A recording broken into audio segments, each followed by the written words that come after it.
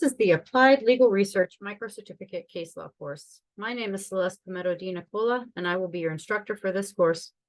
I am a practical guidance specialist here at LexisNexis, and I have been with Lexis for over 15 years in a variety of roles that have all served the large law firm and law school markets. Prior to joining LexisNexis, I was a practicing attorney in Pennsylvania and New York, and I acquired my JD from the University of Pittsburgh School of Law. Please feel free to use the QR code you see here to connect with me on LinkedIn. Our learning objectives: upon completion of this module and quiz, you will be able to engineer your search terms and apply filters to help you identify relevant case law authority. And once you identify a relevant case, you will be able to use that case to find additional authority. To accomplish this, we're going to use a hypothetical, which you will see appear on the screen, and I will summarize for you.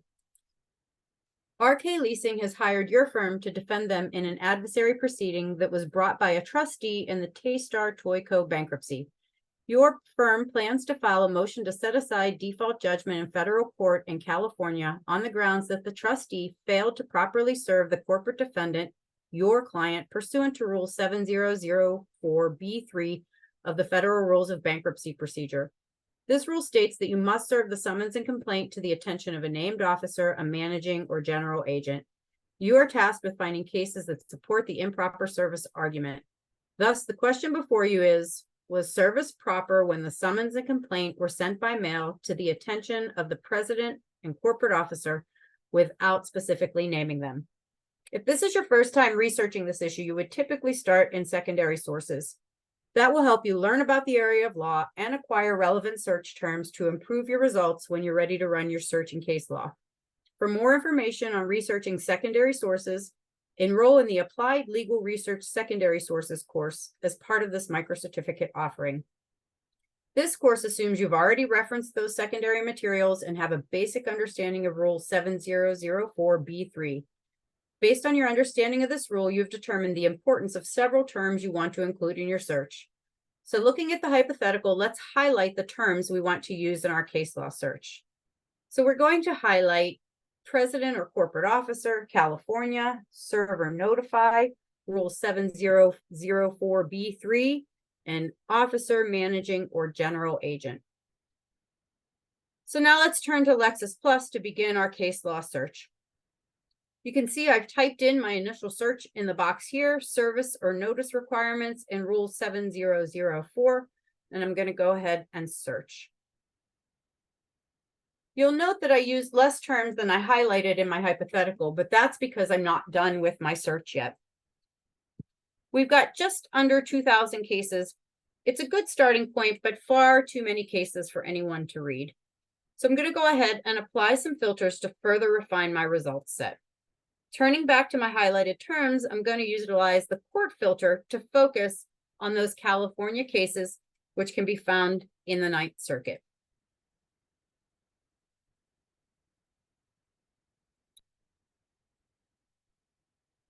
So now we're at 249 cases, which is getting better, but still too many cases to read. So again, turning back to my highlighted terms, I'm going to apply a second filter, the search within results. And I'm going to use some of my highlighted terms here. So officer or general agent, and search within my results. Now I know these terms are mentioned in 7004B3. So we need these terms to be mentioned to answer our hypothetical question and to ensure that we are looking at section B3 of the Bankruptcy Rules Procedure. It can be tricky sometimes to search subsections. Do I need parentheses? How do I type this in? So to avoid that issue, I like to use terms from the specific rule section so I don't have to mess around with the structure of the search. Now we have 99 cases, and I've added most of the terms that I highlighted in my hypothetical.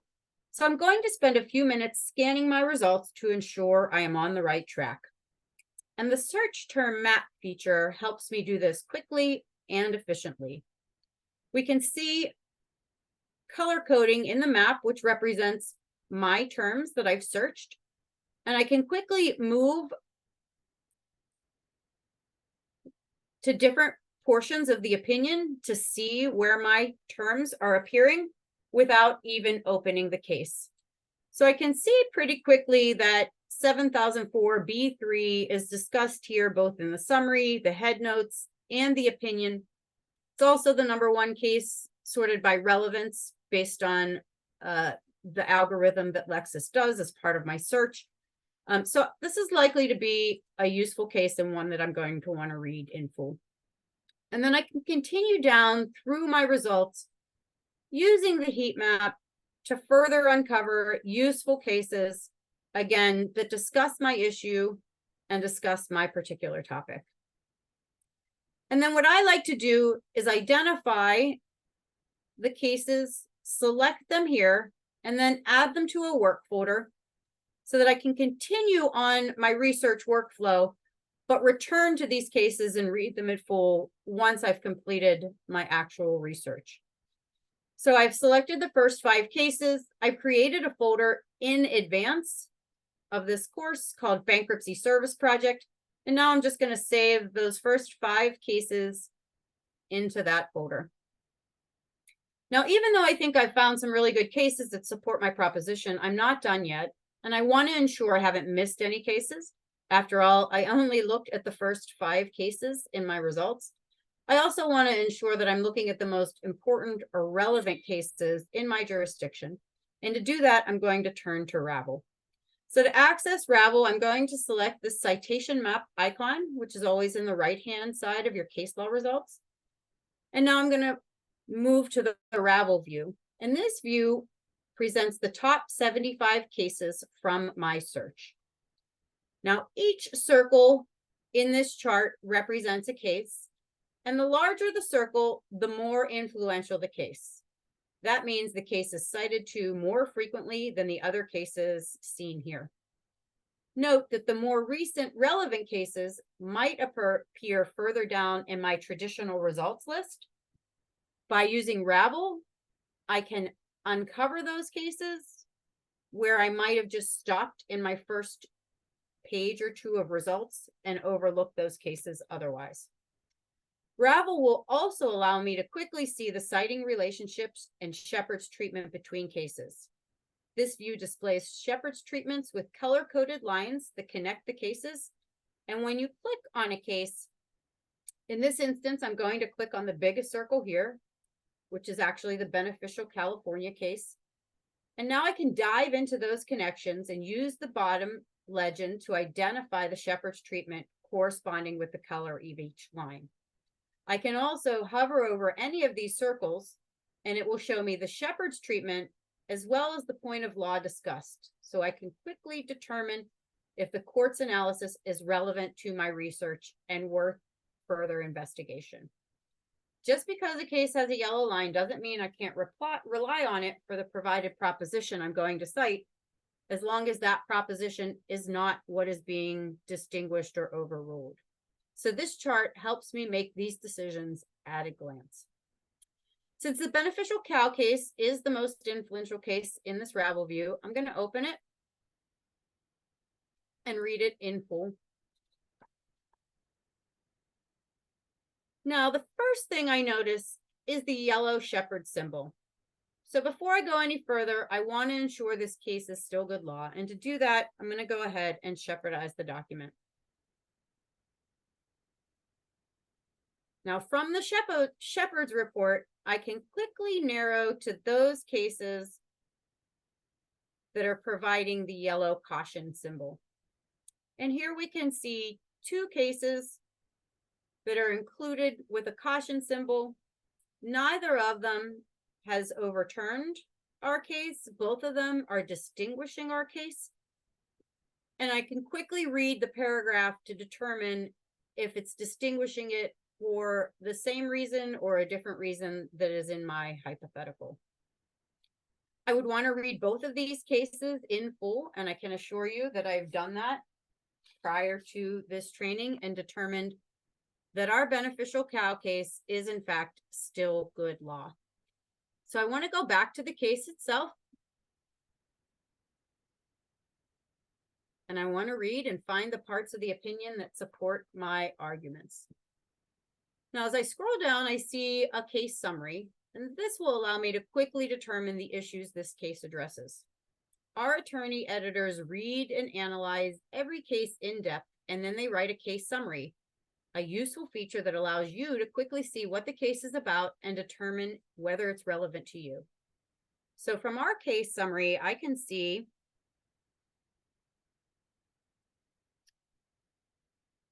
this particular paragraph.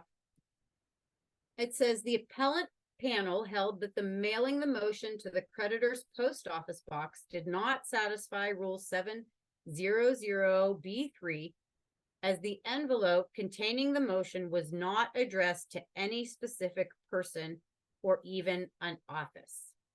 So it looks like the holding in this case will support our improper service argument. Now, scrolling beyond the case summary, I find our headnotes. And headnote 10 is of particular relevance to our hypothetical.